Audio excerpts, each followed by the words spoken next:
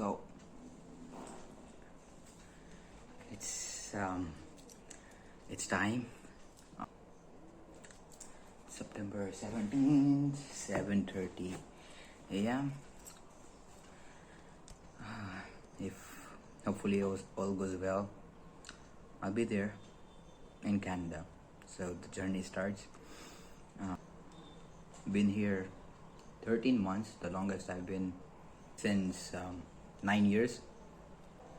I'll miss this, I'll miss home, I'll miss you all, I'll miss my family, but I'm also over the top super excited for a whole new chapter. Amen. Jai Mataji. That's it. Let's go.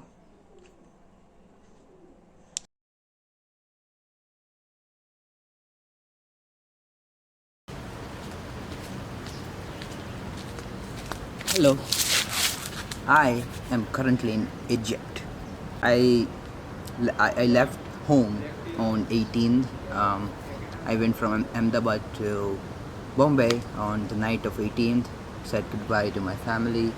So emotional. And I was in Mumbai by 11. So my next flight was the next day 10 a.m. So like from 11 p.m. to next day 10 a.m. I just sat in one corner of the whole airport.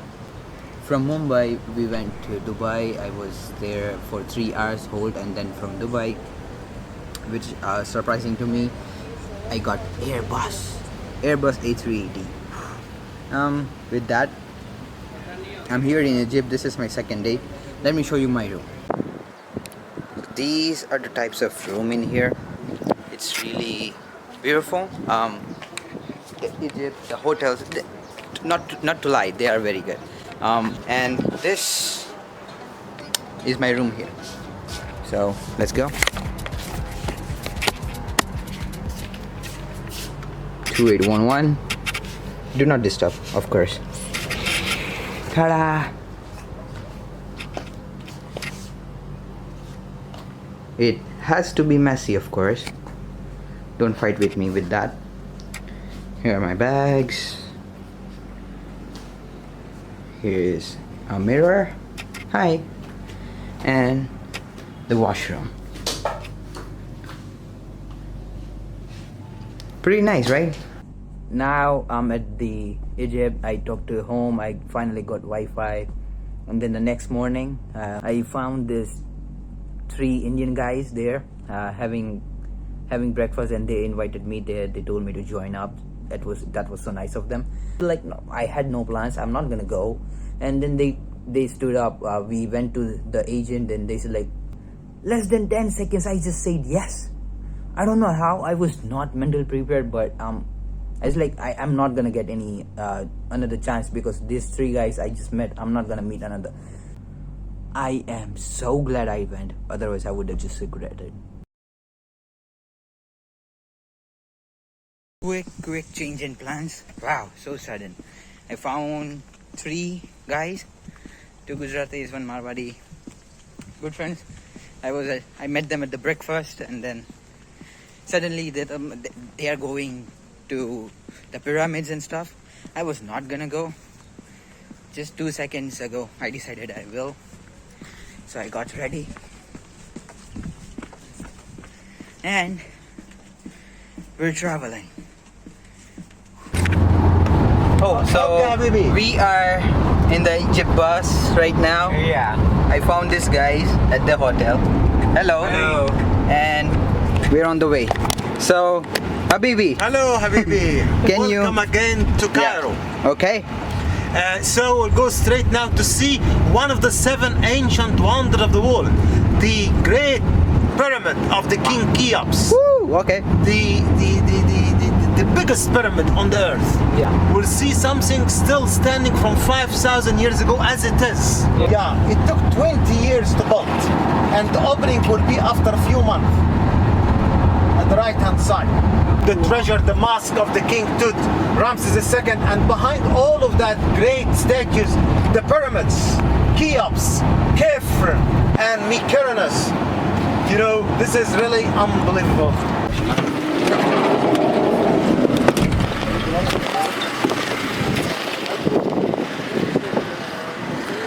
Whew.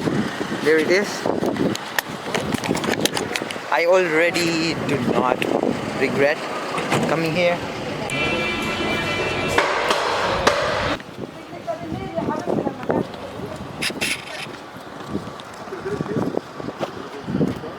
This is beautiful. Look at the size of the camels in the desert. Look. Welcome.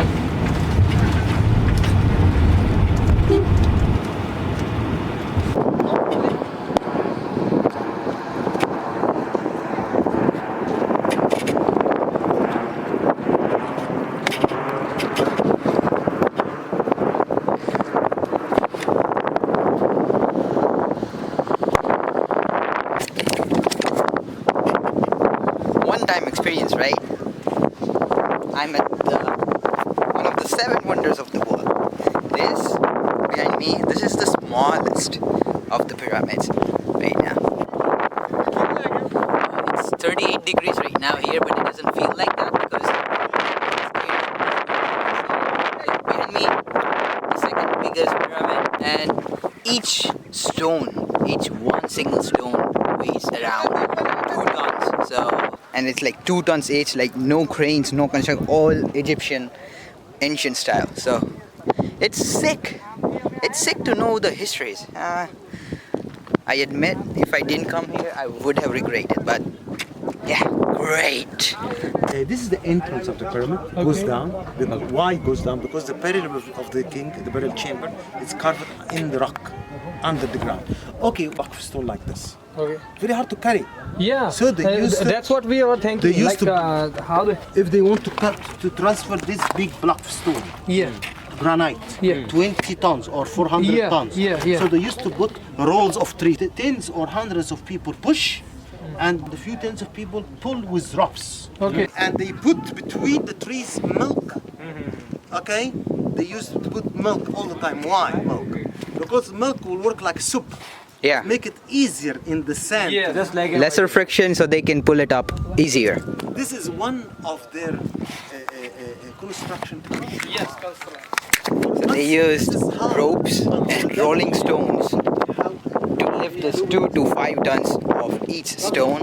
So they just pulled it up, and they used milk, pure milk, to lessen the friction.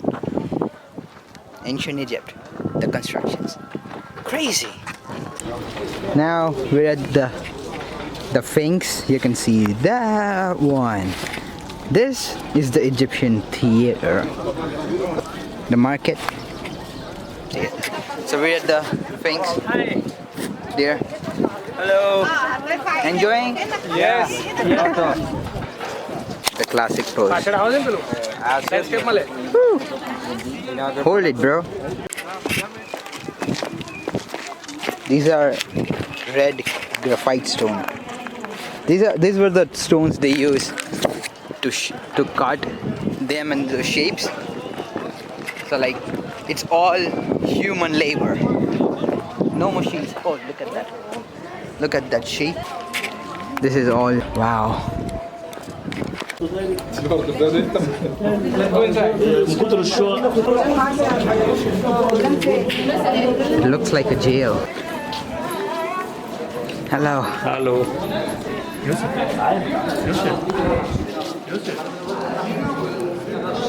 It's cool. Ooh, look at that. And we're here. The Sphinx.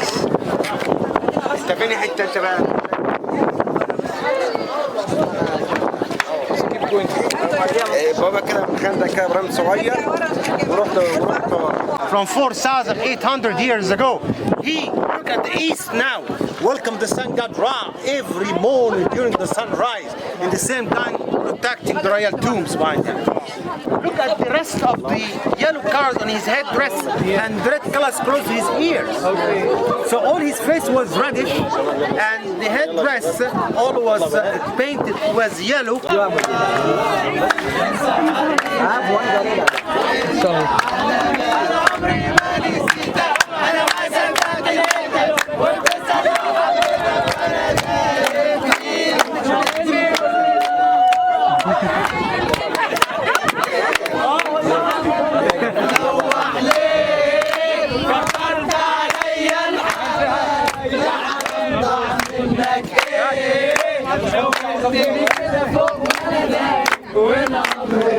Back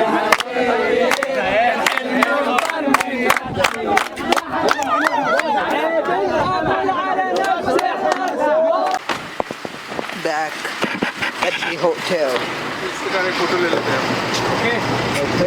Thank you, Habibi. Oh, thank you, Habibi. Thank you. Very much. This is the hotel. The Oasis. You know, I had been home for like 13 months, which is the longest I've been at home since like last 9 years of my life, because I've just been out. So it was a pretty big deal, and I was, not to exaggerate, the experience of being at home this time for this long, I wouldn't trade it for anything else. So when I was at the airport waving goodbye, yes, all cried, we cried, and then I was going through so many emotions, so many thoughts in my head, and then one of the good things that happened at the airport was to make a travel journal. So I just put out my phone and then started writing in the notes, like started dumping out all the thoughts that I have currently, and I did that through the whole travel thing. So okay, so in this travel, since this 3 days, I've been just missing people a lot. I've been missing my sister. I want her to travel. Like, she hasn't been on plane, so I just all the time I'm missing, like, I want her to experience this. I want her to experience it. I want to teach her that and stuff like that. And I'm traveling alone, sadly. And one thing's for sure, I'm never traveling alone again, ever. So in this itinerary, I didn't know that I have an Airbus. On the Airbus A380, which is the largest plane flying on the air in the world. I was in Dubai, and the plane was right there since more than an hour, and I was like, no, this is not my plane. It will just move away. It will just move away. And then the boarding time came in. Wow, I'm really going in Airbus. And I was just like, Dad. My dad, so he's passionate about these things, and from him only all I know about airplanes. So me freaking out about Airbus, I'm just privileged, I'm just blessed to get a chance to be in this aircraft, and all I was wishing was, Dad, I want you by my side. I want you to experience this. The coolest thing is that I've been on so many flights, but Airbus was so different, so different. Two of the coolest things that happened to me in the let me show you. This is a Jack D whiskey bottle I had on the flight. Whiskey on the rocks. It's plastic, so, but it's good. It's a memory, of course. And this is my go-to drink on flights. Pretty stoked on this. And one of the most rare experiences I had is this one. And before I open this, I want to say that you don't get what you don't ask for. So I saw this air hostess taking pictures of kids on a Polaroid camera and just giving it away. And I just looked back at the family, and then I was like, is this for extra charge or something like that? And then they said no. So what I simply did is just call the air hostess and simply requested, like, can I that thing that you did is super cool, can I also have that, because this is my first Airbus experience. And she was like, she gave me the cutest response. It's like, oh, okay. And she came up with the Polaroid camera. She told me to shut blinds, and she took this. So now this is the Polaroid picture she took for me, and look how sick the card is too. Like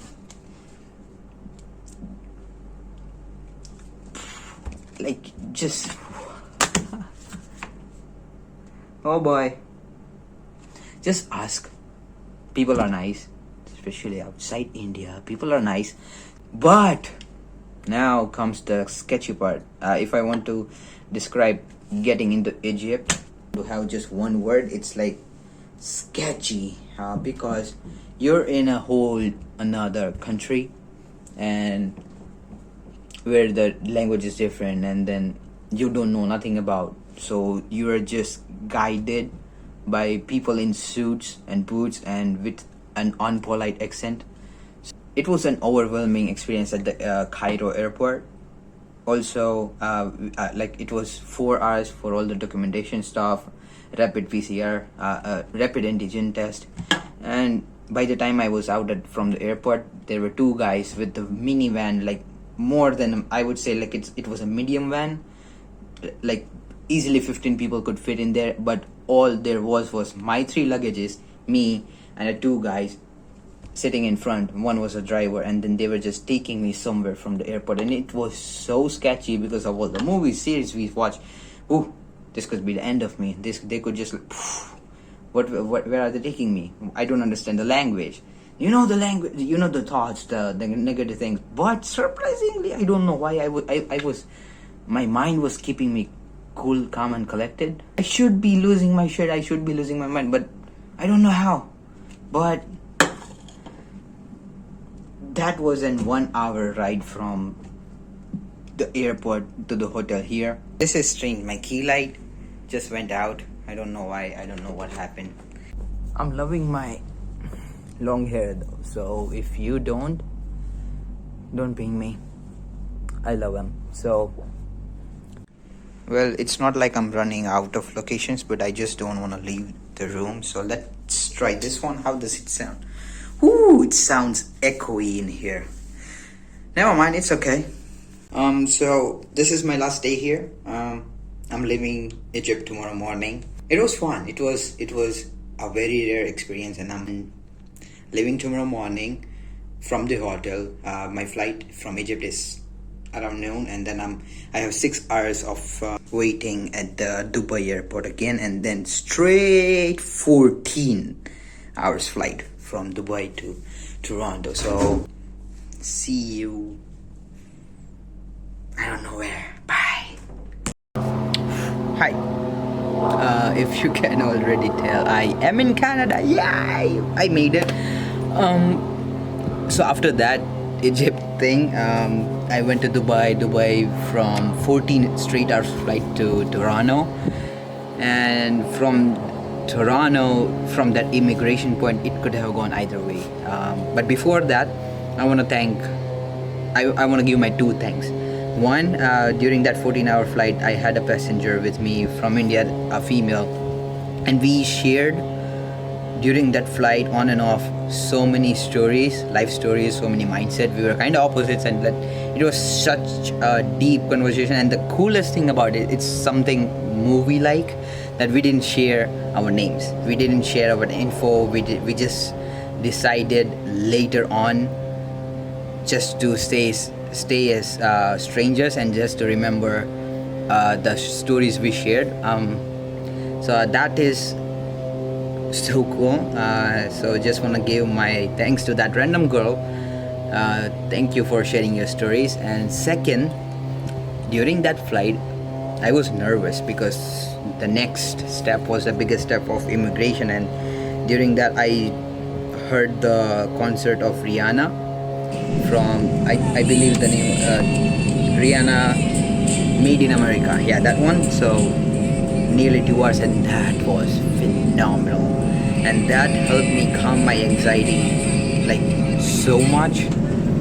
Like I was just repeating her songs in my head when I was going through the immigration and stuff. So like music is really therapeutic and it helps, and Rihanna was there this time. So big thanks to that. And then I started this video with a ladybug kind of what, and then I also found one in the fence here, and this is how I'm recording the video. Improvisations at its best. You gotta work. So this is where we are temporarily staying. Look at that. The neighbor is being loud. Oh, she heard me, I guess. So we are living in a basement, this one. So you go down.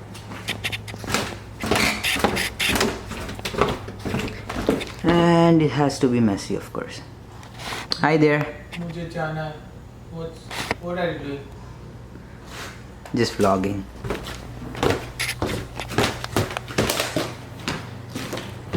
Let me show you the neighborhood.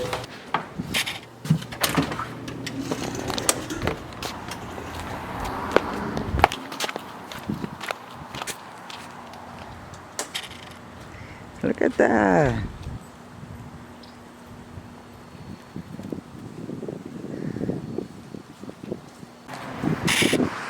And the coincidence I wanted to talk about, that is like super destiny, super luck related, and I'm still baffled by the possibility that it happened. The thing is, I landed for the first time in Philippines on 23rd. Hold on. I landed for the first time in Philippines on 23rd of September 2014, and you all who is watching until the end obviously know my love for the Philippines, our love for the Philippines and everything. And don't know how, like, there was a little part of me which made this happen, but the possibility that I landed on the exact same date, 23rd of September 2021, of course 7 years later, but the same date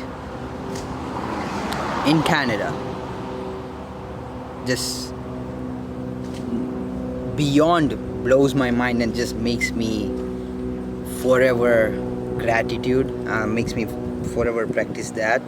And that is one of the feelings that I wanna and capture whenever I remember that my first steps in Philippines,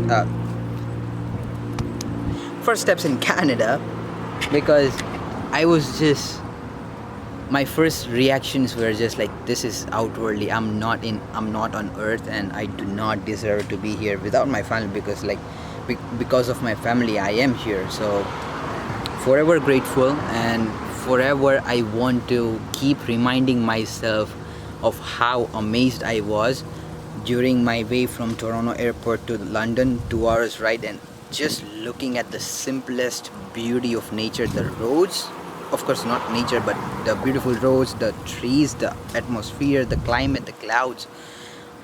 I was just in awe, and I want to keep repeating that feeling to myself, just to keep me grounded, just to keep me in gratitude, so that, like, you know, like, it's been weeks, it will be months, it will be years, and it will, oh, this is a daily thing. I don't want that. I want to keep reminding myself that how beautiful this country, this planet is, and then where I am right now, and I'm forever grateful for that. So that is just a reminding thought I want to carry with me forever. And since the Philippine thing I did for living Philippines with the screenshot, time, date and everything, I did that for Canada. So I will end this travel thing with 5 folds of success, because of the struggles and whatsoever I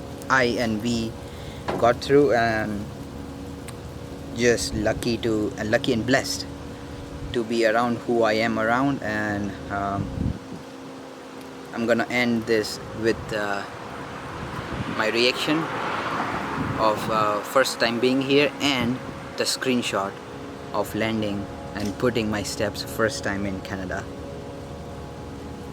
Bye bye. Thank you, and appreciate you.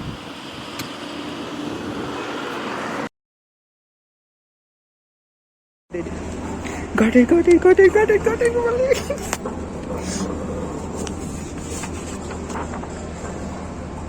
Oh, thank you, Mr. Cayley. Oh, God bless you. He was around 55-60 years old, white hair, good guy, solid guy, very kind. Thank you so much, man. Thank you so much. God bless you so much. I'm in Canada.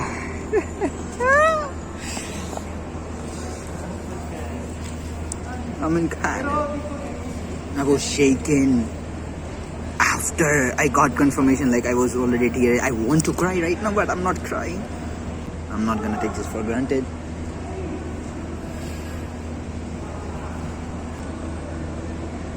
Finally.